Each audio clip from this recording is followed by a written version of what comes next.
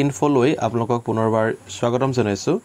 আজি এই ভিডিঅ'টোৰ জৰিয়তে মই আপোনালোকক ফিন আসামত এমপ্লয়ী লগইন হৈ আপোনালোকৰ পাৰ্সোনেল ইনফৰমেশ্যন যদি ভুল হৈছে আপোনালোকে কি কৰিব আৰু যদি আপোনালোকে ভেৰিফাই কৰি লৈছে আৰু তাৰ পিছত যদি আপোনাৰ ভেৰিফাই কৰাৰ পিছতো যদি আপোনালোকৰ কিবা এটা ভুল ইনফৰমেশ্যন আপডেট হ'ল তেতিয়া আপুনি কেনেকৈ তাক শুধৰণি কৰিব তাৰ বিষয়ে মই সবিশেষ কথাখিনি কম। গতিকে ভিডিঅ'টো সম্পূৰ্ণ চাও বুলি আশা থাকিল। তো এটা পাৰ্সোনেল ইনফৰমেশ্যনত আপুনি দেখি পাইছে ইয়াত আপোনাৰ পাৰ্সোনেল ইনফৰমেশ্যন আছে।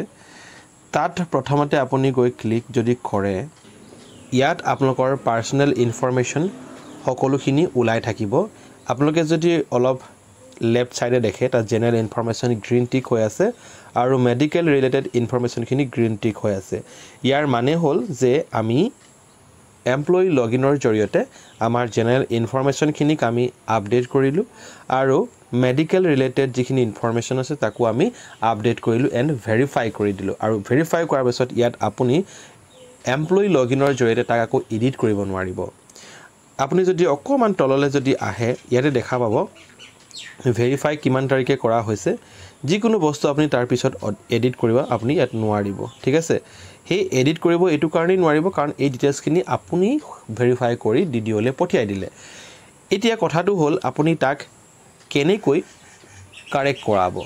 আপোনালোকে ইয়াত বৰ বেছিকৈ চিন্তা নকৰিব। আপোনালোকে যেতিয়া এবাৰ ভেৰিফাই কৰি পঠিয়ালে ভেৰিফাই কৰাৰ পাছতো আপুনি সেইটো এডিট কৰিব পাৰে, কিন্তু আপুনি সেই কামটো কৰিব নোৱাৰিব। আপুনি ডিডিঅ'ৰ জৰিয়তে সেইখিনি কৰাব পাৰে কাৰণ যেতিয়া এজন ডিডিঅ'ই বিল প্ৰস্তুত কৰিব, বিল প্ৰস্তুত কৰোঁতে এই কথাখিনি ভালদৰে তেওঁলোকে মন কৰিব লাগিব, লক্ষ্য কৰিব লাগিব। হয়তো কাৰোবাক এড কৰিবলগীয়া থাকিব পাৰে আৰু এডিট এমপ্লয়ী অপশ্যন দেখা আছে। তাৰমানে এডিটটো আপুনি কৰিব নোৱাৰিব, সেইটো ডিডিঅ' লগইনৰ জৰিয়তে কৰিব। মই বাৰে বাৰে কৈ আছোঁ ডিডিঅ'জনে কি কৰিব, তেখেতৰ নিজৰ আইডি আৰু পাছৱৰ্ড দি পিনে লগইন হ'ব। তাতেই তেওঁ কি কৰিব, এমপ্লয়ী ডিটেইলছখিনি এডিট কৰিব পাৰিব। পৰ্টেলত তেওঁলোকৰ যিটো ৱেবছাইট থাকিব সেই ৱেবছাইটত লগইন হোৱাৰ পিছত এনেধৰণৰ অপশ্যন কিছুমান ওলাব।